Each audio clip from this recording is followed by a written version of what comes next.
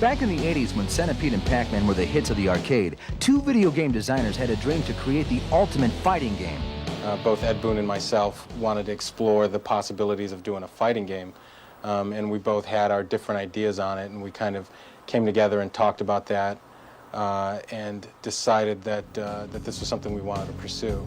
And when that dream finally became reality, it revolutionized the video game industry forever. I think we finished the game in 8 months, and we put it on test in the arcades, and everybody, we noticed a big crowd of people around it, and we knew we had something, at least popular. We didn't know it was going to become what it did.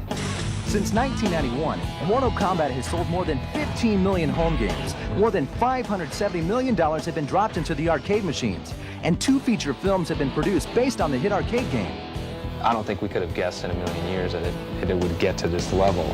And now, when something big happens, it doesn't take us back as much. We don't get intimidated by it, really. We just kind of feel like it's all part of the process, and it's just all the more pressure to make the next game better, because it becomes expected that everything with the name Mortal Kombat on it is going to be the biggest thing in its industry.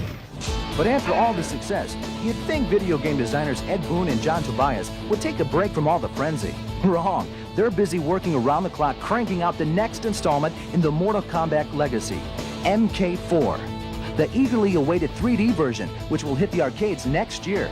I think both of us are real fighting game fans. Number one, we play all the games that are out there. Some we like, some we don't like. Mortal Kombat we try to keep as original as possible. I think competition-wise, we always seem to just beat everybody out in the arcades.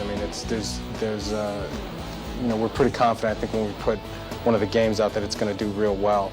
We've managed to do these games relatively quick because we're really trying to capitalize on the anticipation that the public has for the next one. Unfortunately, they're a lot less patient than we have time to execute them. There's a lot of work that people don't realize goes into these games, but still we really want to keep this Mortal Kombat thing, fresh and current. Their latest creation is MK Trilogy, a compilation which will be made available for the Sony PlayStation and the Nintendo 64. Whenever we release an arcade version of the game, we're limited by memory constraints, and there's only so many characters we can fit in. What we decided to do with Trilogy was just kind of introduce every character that we've ever created in the previous 3 Mortal Kombat games, just to kind of give the player the ultimate Mortal Kombat experience. We're working on Mortal Kombat 4, Mortal Kombat Mythologies, Mortal Kombat Trilogy, and as well as, Ultimate Mortal Kombat for the home games. So it's kind of become it's just like this beast that we have to keep feeding.